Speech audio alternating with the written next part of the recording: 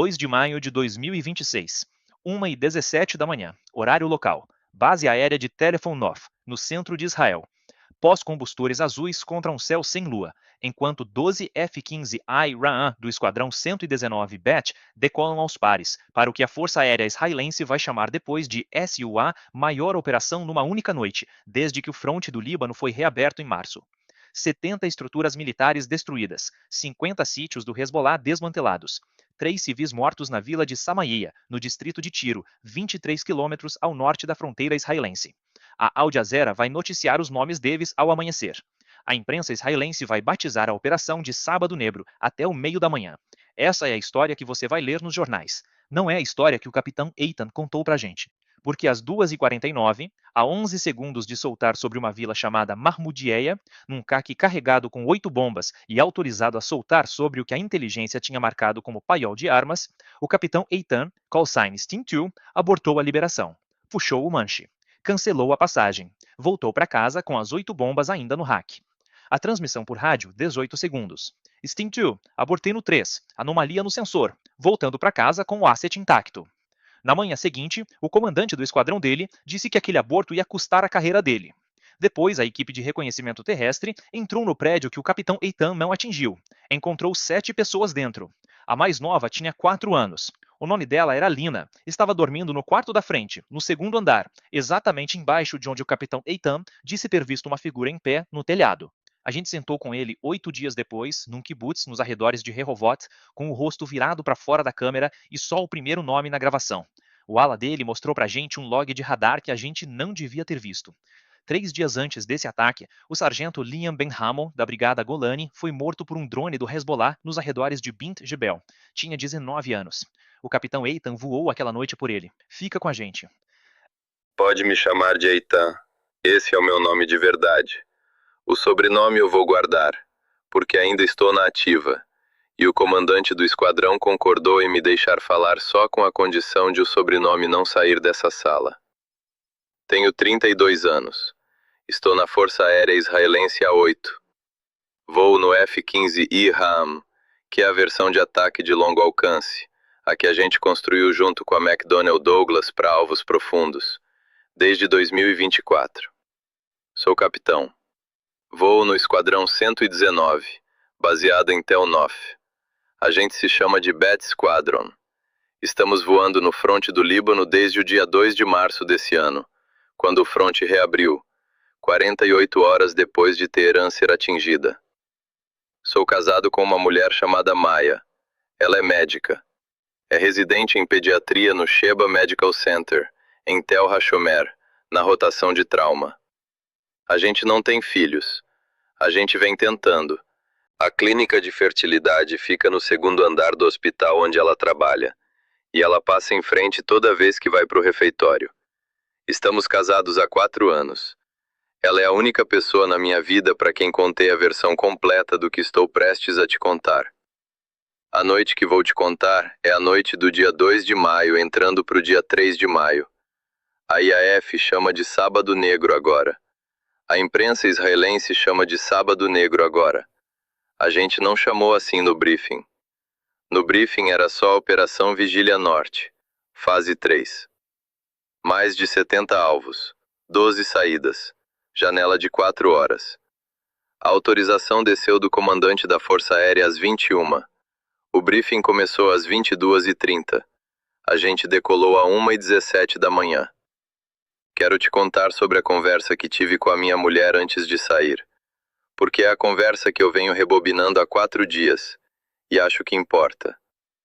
A gente estava no nosso apartamento em Rehovot. Nosso apartamento fica no 4º andar de um prédio perto da estação de trem.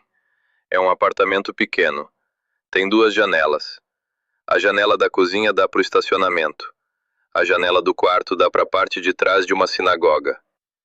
A Maia estava fazendo chá. Ela sempre faz chá antes de eu sair para uma saída. Ela não sabe que eu tomo só para ela ter o que fazer. Eu tomo café preto na sala de briefing. O chá é para ela. Ela me entregou a xícara.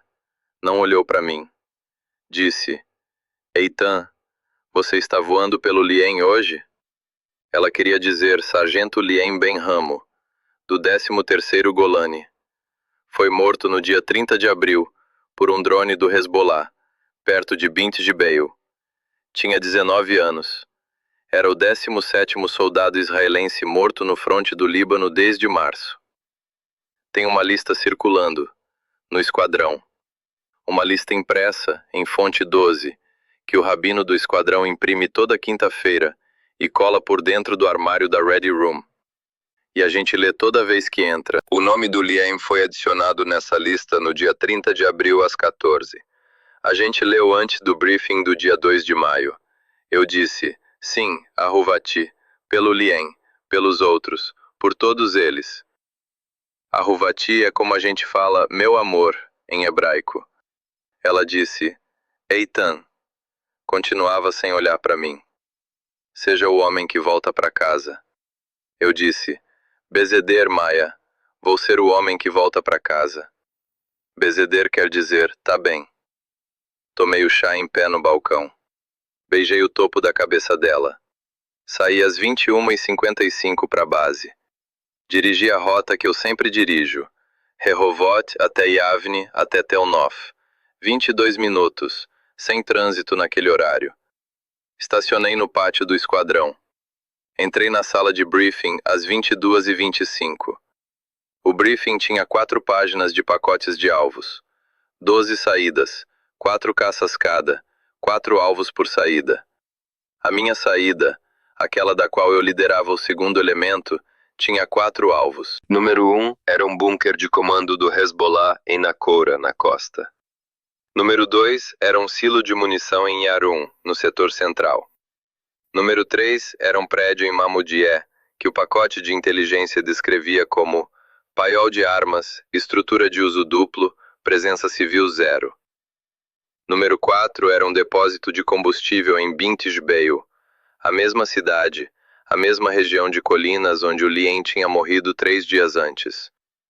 A seção de inteligência era liderada por um oficial que eu não vou nomear, que lê os pacotes em voz alta do jeito que algumas pessoas leem a Torá no Shabá. Ele é bom, é preciso. Está nessa função há 11 anos. Nunca errou de um jeito que eu tivesse ficado sabendo. O terceiro alvo, Mamoudié, ele leu sem levantar os olhos. Estrutura de 2 andares. Alvenaria. Paiol de armas no térreo, confirmado por UMINT, fonte designada Lambda 7. Fonte ativa há 91 dias. Forneceu 14 alvos confirmados no distrito de Tiro até a presente data. Presença civil 0, presença civil 0.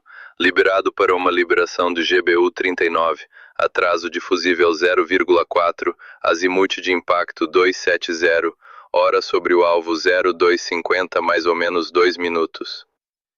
Anotei.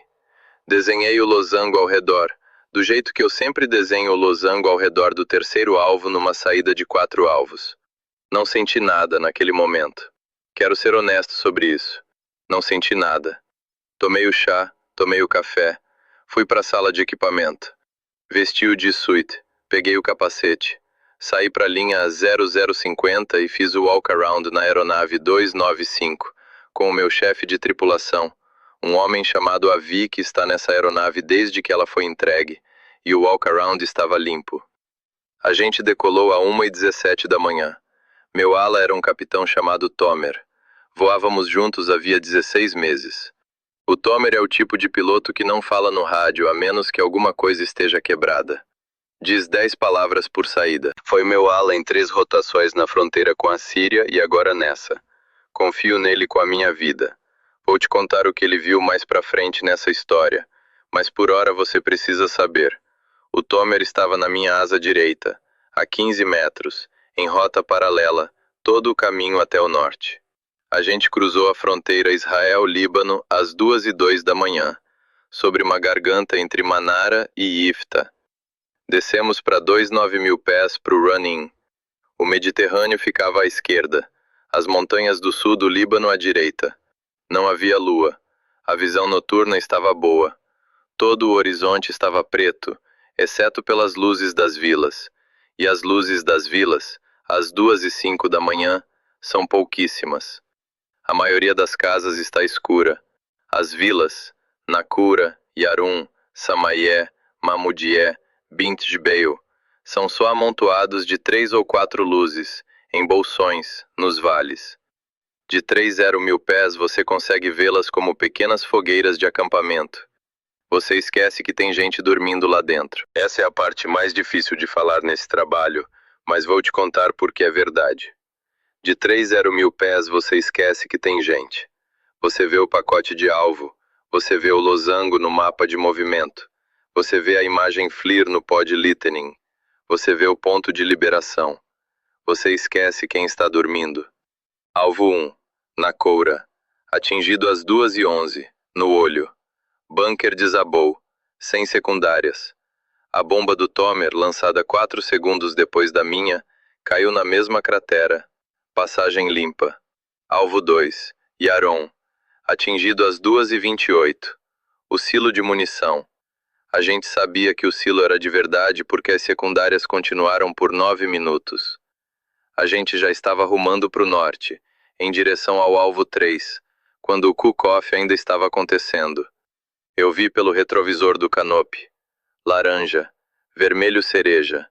Uma coluna de fumaça que eu conseguia ver contra as estrelas. Quero te contar uma coisa que senti naquele momento, entre o alvo 2 e o alvo 3, que eu não consegui explicar. Senti um peso. A aeronave não estava pesada. A aeronave estava 4 bombas mais leve. A aeronave estava performando do jeito que ela sempre performa. Mas o meu corpo, no assento, com a alça do arnês cruzando o peito, estava pesado. Voei 361 saídas de combate na minha carreira. Já fiz esse exato perfil de run-in umas 30 vezes. Nunca senti o que senti entre o alvo 2 e o alvo 3 no dia 3 de maio. Não era medo. Eu não sinto medo. A IAF filtra isso. Você não entra no 119 se for o tipo de pessoa que sente medo no assento. Era outra coisa. Era a sensação de... Vou usar a palavra que a Maya usou quando contei essa parte para ela, porque foi ela que colocou em palavras, e eu não tenho uma melhor. Era a sensação de estar sendo olhado, de fora da aeronave, de todas as direções ao mesmo tempo. A sensação de estar sendo visto por alguma coisa que sabia exatamente onde eu estava e exatamente para onde eu estava indo. Verifiquei o radar. Não havia nada. Verifiquei o sistema de alerta de ameaça. Não havia nada. Verifiquei o Tomer na rota paralela. Estava firme. Verifiquei meus próprios instrumentos. Tudo nominal. Combustível nominal. Inventário de armas nominal. Pod nominal. Não tinha nada na cabine que devesse ter me feito sentir o que eu senti. Eu disse a mim mesmo que era cansaço. Disse que era o cook-off de Yaron batendo no canto da minha visão noturna. Disse que era a sombra do Lien, o 17º nome da lista, o garoto de Herzliya, o moleque que eu nunca havia conhecido, sentado em algum lugar da cabine, do jeito que os mortos sentam na cabine de todo piloto de caça que já voou uma saída de vingança. A gente cruzou o IP às 2h45. O IP, o ponto inicial, pro alvo 3 é uma pequena cumeada 3 km sul-sudeste de Mamudié. A gente entrou a 26.000 pés, descendo para 23. O pod de targeting já estava apontado. O losango no mapa de movimento estava firme. O ponto de mira era o canto sudeste do telhado de um prédio de 2 andares de alvenaria na borda oeste da vila, recuado da rua principal uns 30 metros, com um pequeno pátio de terra na frente e um muro baixo de bloco de cimento ao redor. Acionei o FLIR no listening. Mudei para White Hot. Dei zoom no máximo. Ou seja, se você nunca voou um listening, mais ou menos um zoom óptico de 15 vezes num sensor térmico, com mais ou menos meio grau de campo de visão na ampliação máxima. Você consegue ver a silhueta de um homem a 23.000 pés. Consegue ver se ele está em pé ou sentado. Consegue ver em boas condições se ele está segurando um fuzil ou um celular. Olhei para o prédio. Tinha uma figura no telhado. Quero te contar exatamente o que vi. Quero te contar porque agora eu já disse isso para 4 pessoas dentro da IDF. Para o meu comandante de esquadrão, para o oficial de inteligência da IAF que me debriefou no dia 4 de maio, para o capelão Avner e para o Tomer. e dei a cada um deles a mesma descrição. Palavra por palavra. Não mudei a descrição. Não vou mudar para você. A figura estava em pé no canto sudeste do telhado, exatamente o canto onde a GBU 39 ia impactar. Estava virado para o sul, virado para mim, virado na direção de onde a aeronave estava vindo. Vestia uma túnica longa, de cor clara, branca no FLIR em White Hot, mas o FLIR estava em White Hot, então qualquer coisa mais quente que o telhado teria aparecido em branco. Ele era mais quente que o telhado. O telhado estava a uns 17 graus Celsius. Ele estava a uns 36. Era o objeto mais quente no enquadramento. Tinha aproximadamente 1,83 m.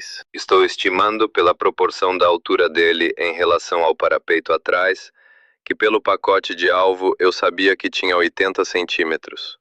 Estava descalço. Eu conseguia ver a assinatura térmica dos pés no telhado muito claramente. Uma pegada de telha quente embaixo de cada pé. O tipo de marca de condução que você só consegue de pele em contato direto, com uma superfície mais fria por mais do que alguns segundos. Ele estava em pé ali. Não era novo no lugar. O cabelo era escuro, curto. Não se mexia com o vento. Tinha vento naquela noite. 6 nós vindo de oeste. Mas o cabelo dele não se mexia. Não sei o que fazer com esse detalhe. Estou te dando porque é verdade. A barba era curta. Aparada. Não comprida. Não o tipo de barba que você vê num combatente do Hezbollah ou num clérigo salafista. O tipo de barba que um trabalhador mantém porque não quer fazer a barba toda manhã. Levantou a mão esquerda. Devagar. Palma virada para cima. Como um homem dizendo, espera. Como um homem dizendo, para. E na parte interna do pulso esquerdo, onde a palma encontra o antebraço, havia uma marca circular, mais fria que o resto do pulso, por uns 2 graus. Uma mancha redonda, fria, do tamanho de uma moeda. Quero que você entenda o que isso significa no FLIR. Uma cicatriz antiga, cicatrizada, onde a derme engrossou e os pequenos capilares foram substituídos por tecido fibroso, tem perfusão menor do que a pele em volta. Aparece mais fria no infravermelho térmico, pela exata quantidade que eu estava vendo, 2, talvez 3 graus Celsius. Uma mancha redonda, fria, na parte interna do pulso, do tamanho e formato exatos de uma moeda, num homem em pé num telhado no sul do Líbano, às 2h47 da manhã, levantando a mão na direção de um F-15I em aproximação. Sentei no assento, não respirei, não movi a mão no manche. O botão de liberação estava embaixo do meu polegar direito. O ponto de liberação estava a 12 segundos. Ele olhou para a lente. Quero ser muito preciso sobre isso, porque sou piloto há 11 anos e olhei milhares de imagens de FLIR. E nunca tinha tido isso antes. Ele virou a cabeça, devagar, deliberadamente, do jeito que um homem vira a cabeça quando sabe que está sendo observado e quer que o observador saiba que ele sabe. E olhou para a lente do meu pod de targeting, de 23 mil pés, por um zoom óptico de 15 vezes, de uma distância de aproximadamente 7 milhas náuticas, slant range. Olhou para mim. Os olhos dele, mesmo no FLIR em White Hot, onde os olhos aparecem como pequenos pontos pretos porque a córnea é mais fria que o resto do rosto, os olhos dele não apareceram como pontos pretos. Apareceram como pequenos pontos brilhantes, mais quentes do que o resto do rosto, mais quentes do que as bochechas, mais quentes do que a testa, mais quentes do que o topo da cabeça. 2 pontos quentes, onde os olhos deviam estar. A telemetria do pod gravou tudo isso. Eu pedi uma cópia da gravação. A IAF não me deu. Não espero que me deem.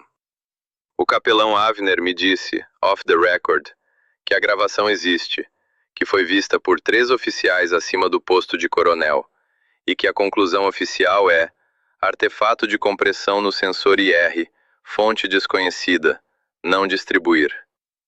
O Avner não é o tipo de homem que mente para um capitão do próprio esquadrão. Às 2h49, 11 segundos antes da liberação, puxei para cima. Quero te contar o que falei no rádio, porque a chamada de rádio foi transcrita, e a transcrição está no registro oficial do debrief, e você consegue verificar se algum dia tiver acesso a uma fita de missão do 119 do Sábado Negro. Eu disse: Israel Center Sting 2, aborted on 3, sensor anomaly, returning home asset intact.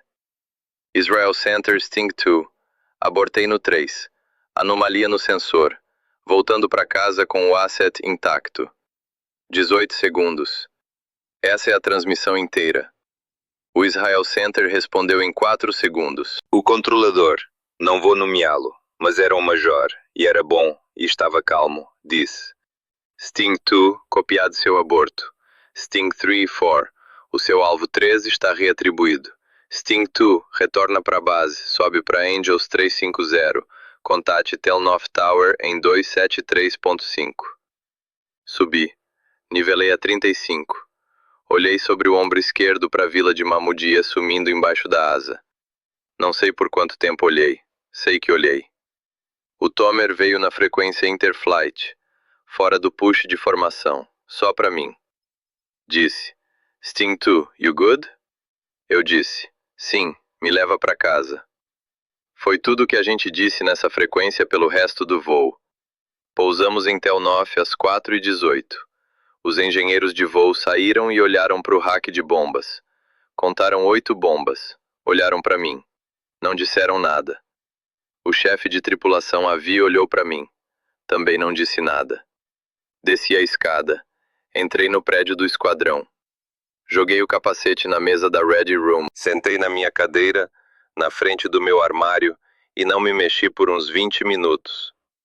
O oficial de inteligência, o mesmo que tinha lido o pacote de alvo, entrou às 5 da manhã e perguntou se eu queria fazer o debrief agora ou de manhã. Eu disse de manhã.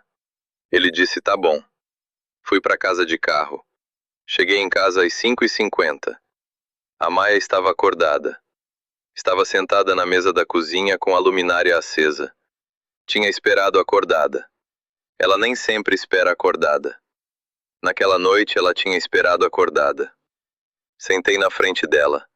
Disse: eu vi alguém. No telhado do alvo. Ela disse: quem? Eu disse: não sei. Mas não era um inimigo. Ela não me perguntou mais nada pelo resto daquela manhã. Fez ovos para mim. Me colocou na cama às 6h15. Programou o despertador para as 9, porque o comandante do esquadrão tinha me marcado para uma reunião às 9h30 no escritório dele. A reunião que ia terminar, 4 horas depois, com o coronel Avi Baron me dizendo que um aborto sob anomalia de sensor sem evidência recuperável era, pelas regras da doutrina tática da IAF, motivo para uma investigação que podia acabar com a minha carreira. Ele não estava bravo, estava triste. O tipo de triste que um comandante fica quando acredita que um piloto de quem ele gosta acabou de jogar fora 8 anos de treinamento por causa de uma alucinação. Olhou para mim por um tempo longo antes de dizer, e aí disse: Eitan, você sabe que isso pode te custar. Eu disse: eu sei, senhor. Saí do escritório dele às 13h14.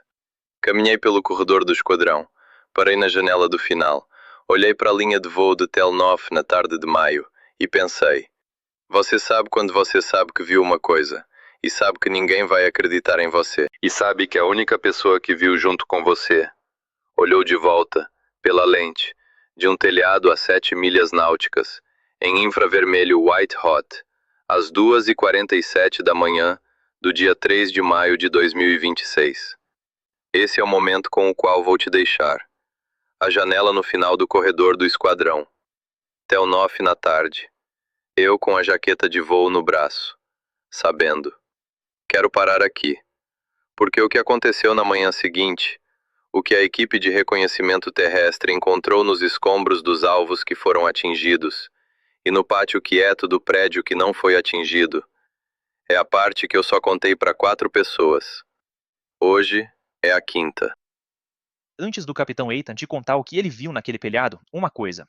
Se um nome veio na sua cabeça enquanto você estava ouvindo, um soldado que você conheceu, um piloto que nunca voltou, um amigo perdido em qualquer guerra, de qualquer lado, em qualquer década, escreve o nome nos comentários. Só o nome. Não explica. Não pede desculpa. A gente lê todo o comentário. A gente vai ler o seu.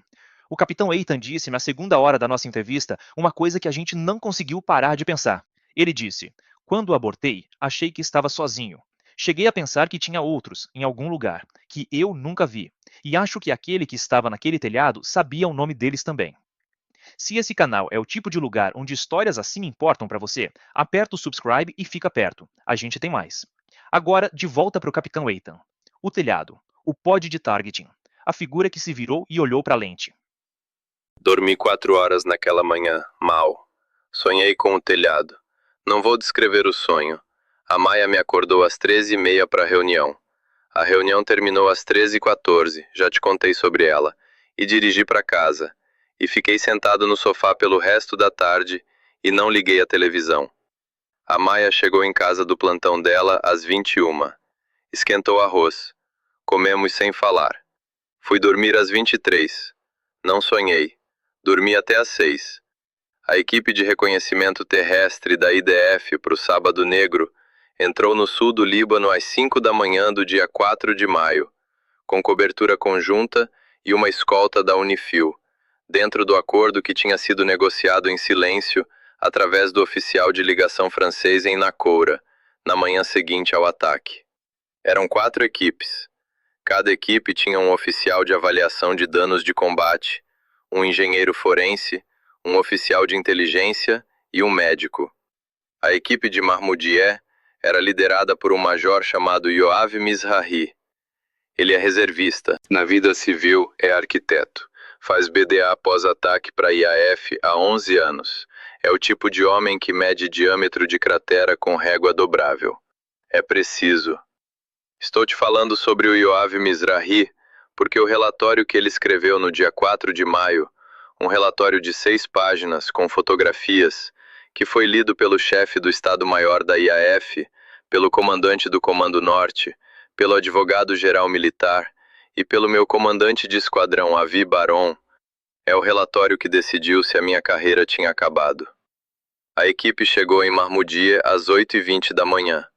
Atravessaram a vila de sul a norte. Fotografaram cada estrutura que tinha sido atingida. Havia outros 3 alvos em Mahmoudieh que tinham sido atingidos pelo Sting 3 e pelo Sting 4. E fizeram as anotações de BDA para cada um deles. Trabalho de rotina. O terceiro alvo, aquele em que eu tinha abortado, ficava na borda oeste da vila. Caminharam até ele por último. O prédio estava intacto.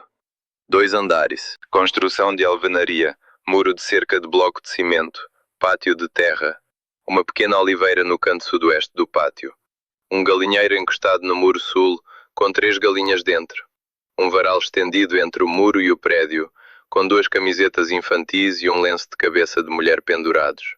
O lenço era laranja.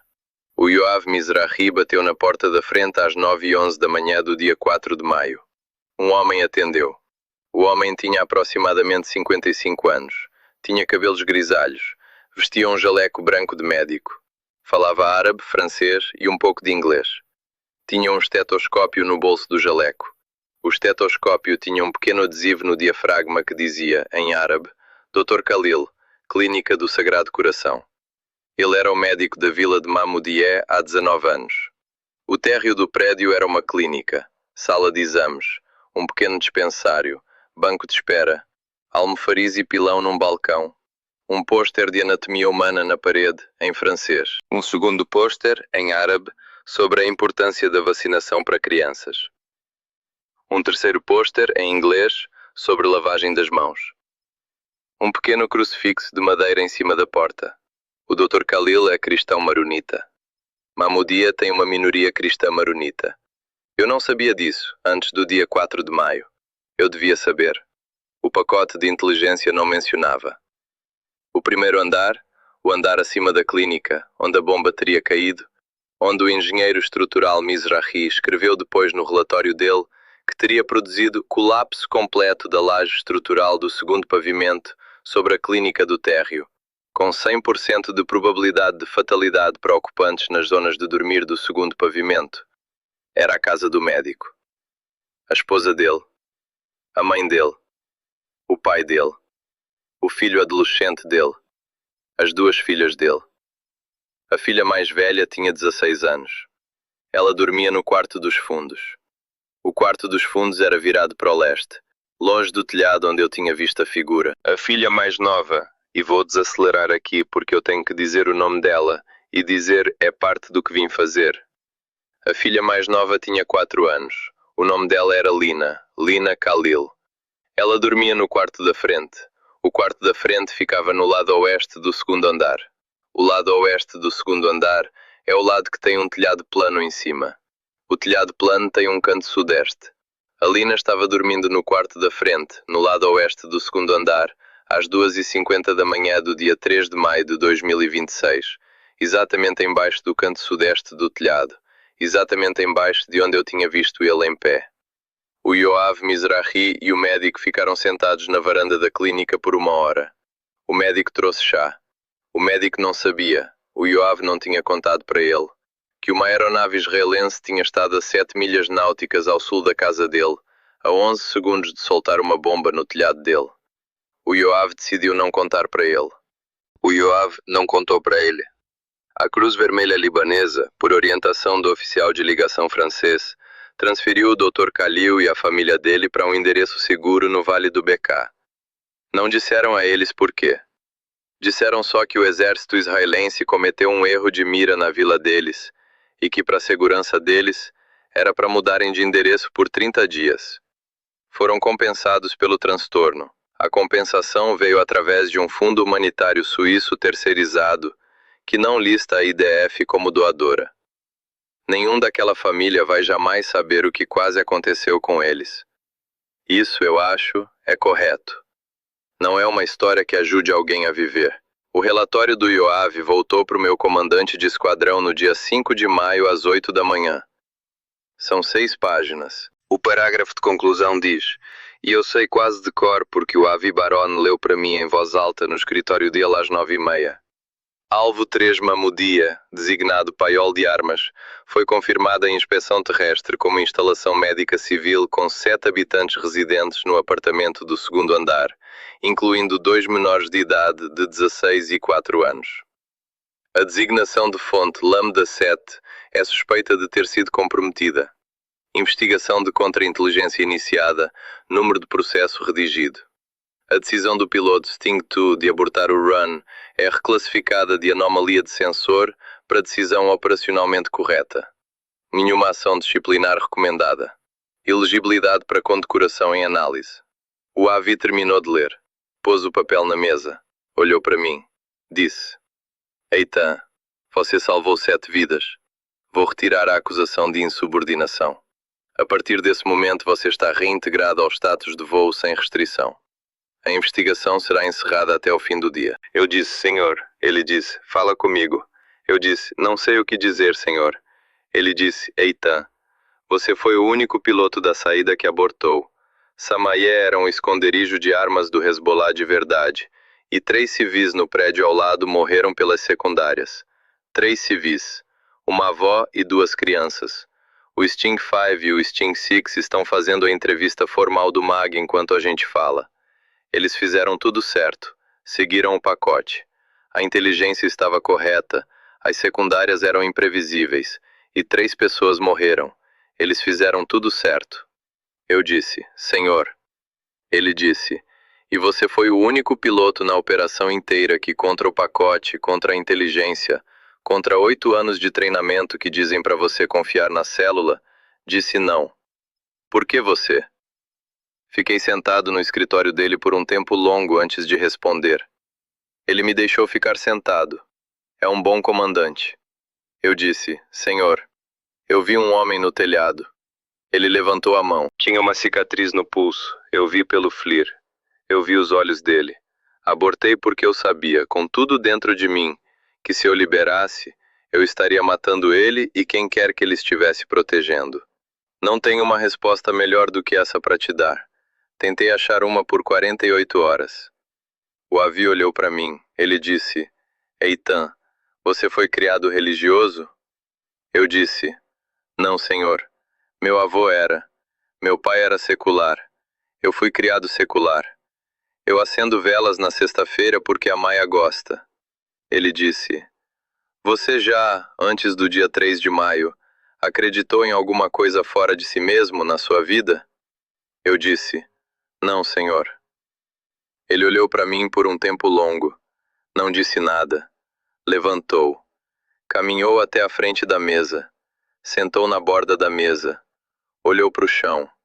Disse, baixo, num tom de voz que eu não tinha ouvido dele em 3 anos servindo sob o comando dele. Eu li 14 relatórios nas últimas 6 semanas, vindos de tropas terrestres do Comando Norte, dizendo coisas que eles não deveriam estar dizendo. Do Golani, do Givat, dos paraquedistas, do Corpo de Engenharia, de 3 capelães de batalhão diferentes que começaram cadernos informais. Tem um sargento do 13º Golani, um garoto de Herzliya chamado Lien Ben Ramo, que foi morto há 3 dias, cuja mãe agora contou a uma jornalista do Yediot que o filho dela viu o mesmo tipo de coisa numa posição de combate fora de Bint Jbeil no dia 20 de abril. A jornalista me ligou ontem à noite pedindo confirmação. Não dei nenhuma. Mas eu li o relatório. Li todos eles. Eitan. Ele olhou para mim. Ele disse, eu acho que você é o primeiro a vir do ar. Acho que vão vir mais. Não vou escrever isso em nenhum documento oficial, mas quero que você saiba que eu li o seu debrief e li o relatório de BDA, e eu não acho que seja anomalia de sensor. Acho que você viu o que viu. Não vou te tirar do voo, vou te manter voando. E vou dizer off the record, nesse escritório, que estou muito feliz que você voltou para casa. Eu disse, senhor.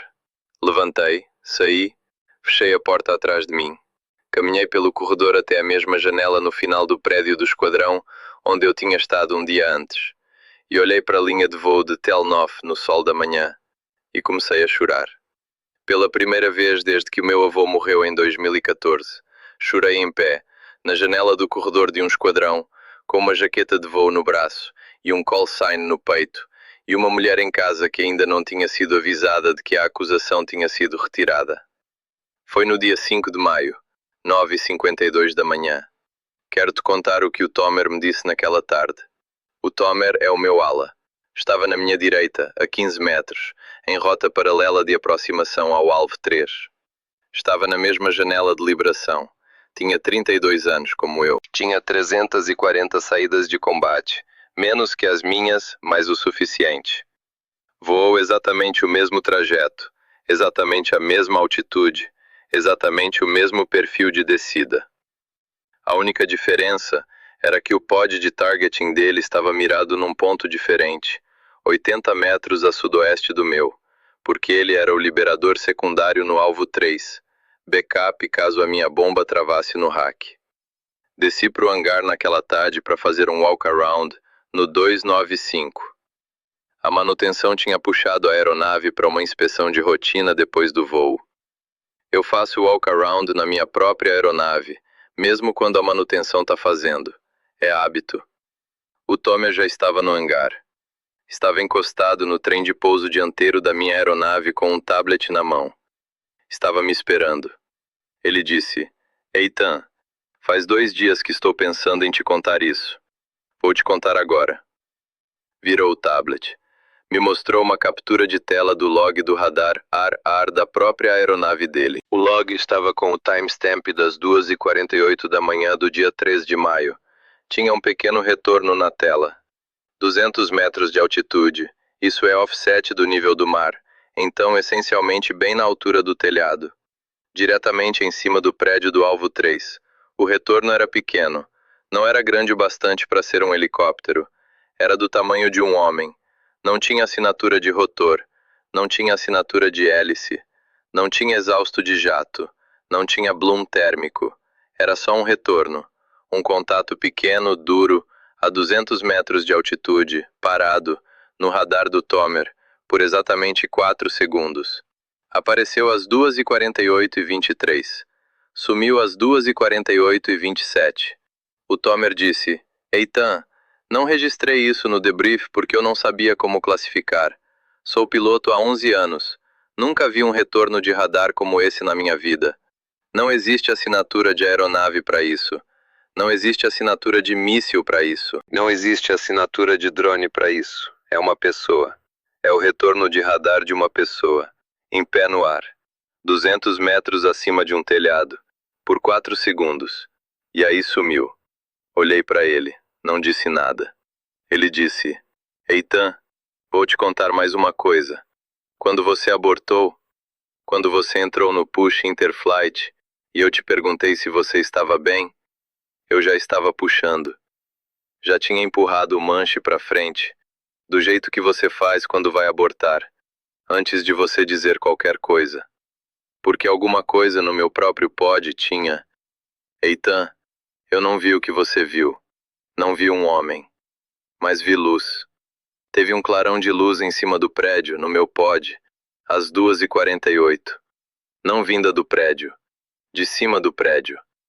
Um clarão de luz quente, no FLIR, que não era consistente com nenhuma fonte de calor no telhado. E nos 4 segundos antes de você chamar, o meu cérebro me disse, e eu não sei como dizer isso. O meu cérebro me disse para puxar. Eu estava com a mão no manche. Já estava aliviando. Eu ia abortar, Eitan. 3 segundos depois de você. Eu teria abortado em cima de você. Quero que você saiba disso. Eu disse, Tomer, por que você está me contando isso agora? Ele disse, porque o Avi me contou sobre o relatório de BDA hoje de manhã. Eu estava no escritório antes de você, Lee. Tinha uma menina de 4 anos naquela casa. O nome dela era Lina. Eitan, eu tenho uma menina de 4 anos. O nome dela é Yael. Ela tem o mesmo corte de cabelo. Vi a foto no relatório do Mizrahi. Estou sentado com isso há 2 dias. Quero que você saiba o que estava no meu radar. E quero que você saiba que eu não vou registrar. Vou deixar onde está. Mas você devia saber. Pegou o tablet de volta. Botou debaixo do braço. Saiu do hangar. Fiquei ali um tempo. Encostei no trem de pouso dianteiro da minha própria aeronave. Olhei para cima, pro pod FLIR pendurado embaixo da asa direita. Toquei com a mão. O alumínio estava morno na tarde de maio. Fui para casa naquela noite. Não contei para Maia sobre o log do radar. Não contei sobre a filha do Tomer, a Yael. Sentei na nossa sala, na mesa da cozinha, às 21 da noite, e tirei, da prateleira de cima da estante, atrás de uma pasta de anotações de exames médicos que a Maia guarda da residência dela, um Tanakh. Um Tanakh hebraico pequeno, encadernado em couro. Tinha sido do meu avô.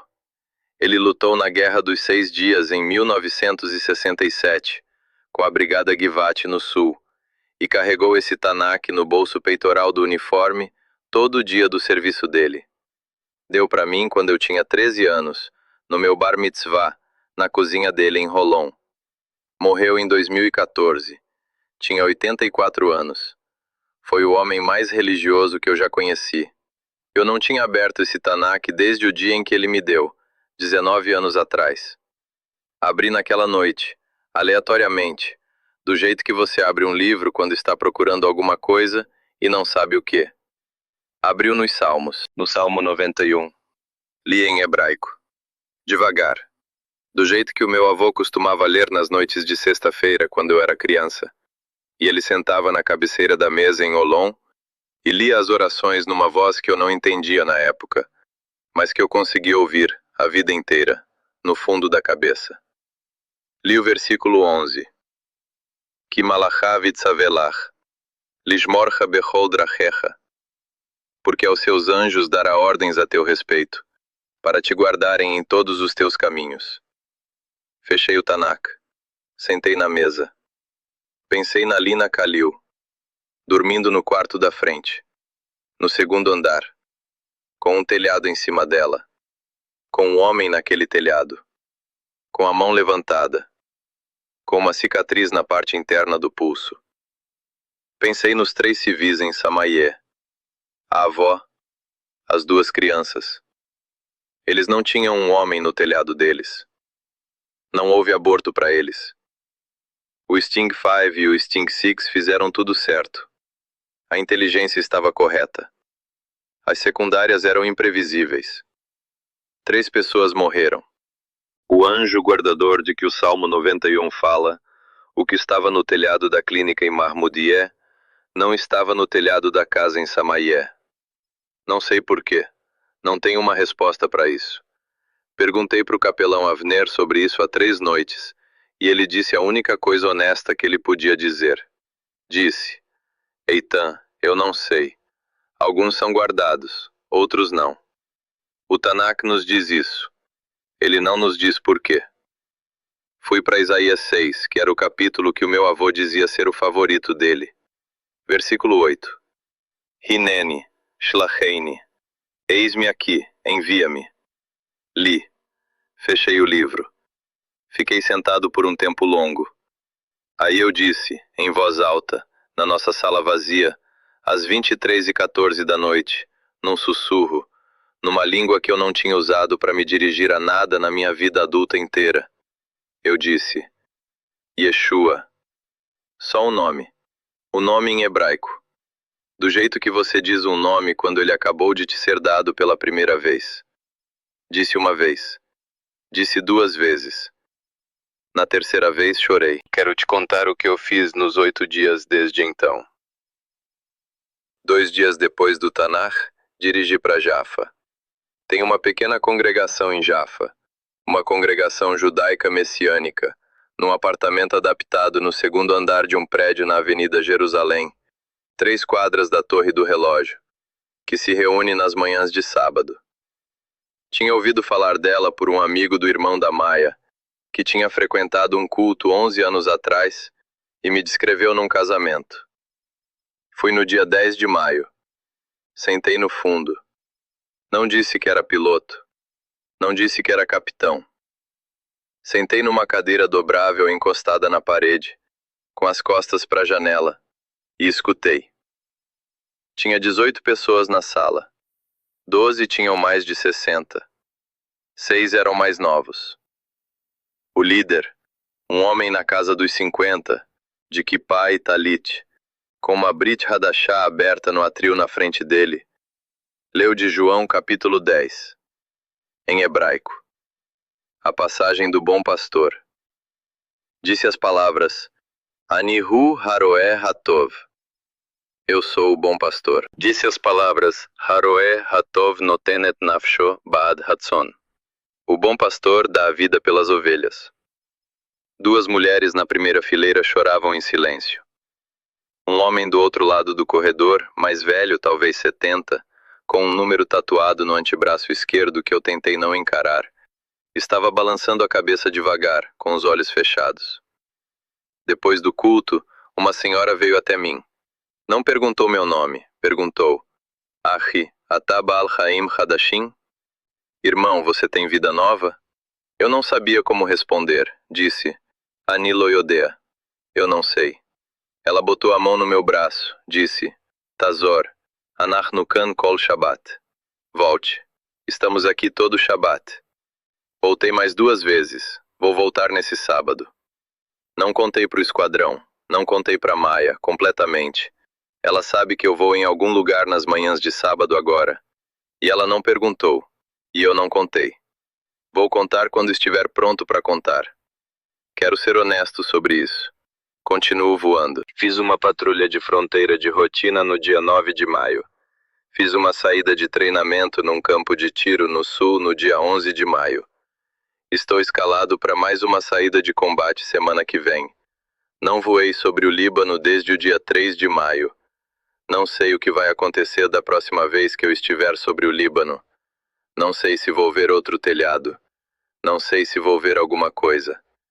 Não sei o que vou fazer se eu ver. Quero te contar a última coisa, e aí eu termino. Não sei o que fazer com isso. Não sei se você vai acreditar em mim. Não sei se importa se você acredita em mim. Não estou te pedindo para acreditar em mim. Estou te contando o que eu vi. A telemetria do pod existe. O log do radar existe. O relatório de BDA existe. O médico e a esposa dele, e a mãe dele, e o pai dele, e o filho adolescente dele, e as duas filhas dele, incluindo uma menina de 4 anos chamada Lina Khalil, que dormia no quarto da frente do segundo andar de uma clínica na borda oeste de Mahmoudieh, na noite do dia 2 de maio, entrando para o dia 3 de maio de 2026. Eles existem. Estão vivos essa noite. Estão no Vale do Bekaa. Estão jantando. Não me conhecem. Não sabem quem eu sou. Não sabem que eu quase os matei. Provavelmente nunca vão saber. Está correto. Esse, eu acho, é o jeito que devia ser. Mas eu quero que você saiba. Não sei como ele conhecia aquela família. Não sei como ele sabia que a Lina tinha 4 anos. Não sei como ele sabia o nome dela. Tenho certeza que sabia. Eu vi ele pelo meu próprio pod. E vi a cicatriz na parte interna do pulso dele. E eu sei que era ele. Não preciso de ninguém para me confirmar. Não preciso de doutorado em teologia. Não preciso de um rabino para me dizer que eu estou certo. Sou piloto de caça. Confio nos meus olhos. Confio nos meus instrumentos. Confio no relatório de BDA. Eu vi ele. E ele me deu uma escolha. Levantou a mão, olhou para a lente, me deu os 11 segundos. E eu fiz a escolha certa. Isso é tudo o que posso te contar. Essa é a história inteira. Vou vestir a minha jaqueta de voo. Vou dirigir para casa. Vou beijar a minha mulher. Vou dormir. E amanhã eu vou voar. Shalom. Aquela frase que o capitão Eitan repetiu 2 vezes, em 2 partes diferentes da entrevista, eu não sei como ele conhecia aquela família, é a frase que vem viajando em silêncio pela Ready Room do Esquadrão 119 em Telephone Off nos últimos 4 dias. É a frase que o capitão Tomer, o ala, disse quando mostrou o log de radar. É a frase que o capelão do esquadrão, um rabino reservista chamado Avner, convocado de uma yeshiva em Bnei Brak, disse pra gente off the record numa ligação na quarta-feira passada. Ele agora foi designado para entrevistar 3 outros pilotos de outros esquadrões do Comando Norte da IAF. A Operação Sábado Negro está sob investigação do Comando Norte da IDF em 3 frentes. O ataque a Samayeia, aquele que matou a avó e os 2 netos, foi aberto pelo Procurador-Geral Militar. O alvo de Mahmoudieh foi formalmente reclassificado. A célula de inteligência avançada que indicou o alvo falso foi desmantelada. O capitão Eitan não foi condecorado. O aborto dele é, no registro oficial, resultado de uma anomalia de sensor sob investigação. A família de 7 no apartamento acima da clínica em Mahmoudieh está viva. A menina de 4 anos no quarto da frente, Lina, está viva. Foram realocados para um endereço seguro pelo Crescente Vermelho libanês. Não foram informados que um piloto israelense viu um homem de branco em pé no telhado deles. Provavelmente nunca vão ser informados. Mas o capitão Eitan disse uma coisa no final da nossa entrevista com a qual a gente vai te deixar. Ele tinha levantado para ir embora. Tinha a jaqueta de voo dobrada no braço. Olhou para a câmera pela única vez em toda a entrevista e disse: "Não sei o que isso significa para mim. Não sei se vou voar de novo. Sei que vi ele pelo meu próprio pod. E sei que ele sabia que a Lina tinha 4 anos, sabia o nome dela, e me deu a escolha. Eu fiz a certa. E é todo o que eu posso te contar. Se você está esperando um sinal, talvez ele já tenha o seu nome também. Aperta o subscribe, ativa o sininho, escreve nos comentários o nome de alguém que você perdeu, em qualquer guerra, em qualquer país, e a gente vai ler, cada um deles. O próximo vídeo na sua tela é a história da mãe do sargento Lien Denhamo. Ele foi morto 3 dias antes do capitão Eitan voar essa missão. O capitão Eitan disse, na primeira hora da nossa entrevista, eu estava voando pelo Lien. Assista o dela em seguida. Mesma semana. Mesmo front. Mesma presença. Até lá. De todos nós aqui, de o capitão Eitan, de uma clínica em Mahmoudieh que continua de pé essa noite. Shalom. A gente se vê lá.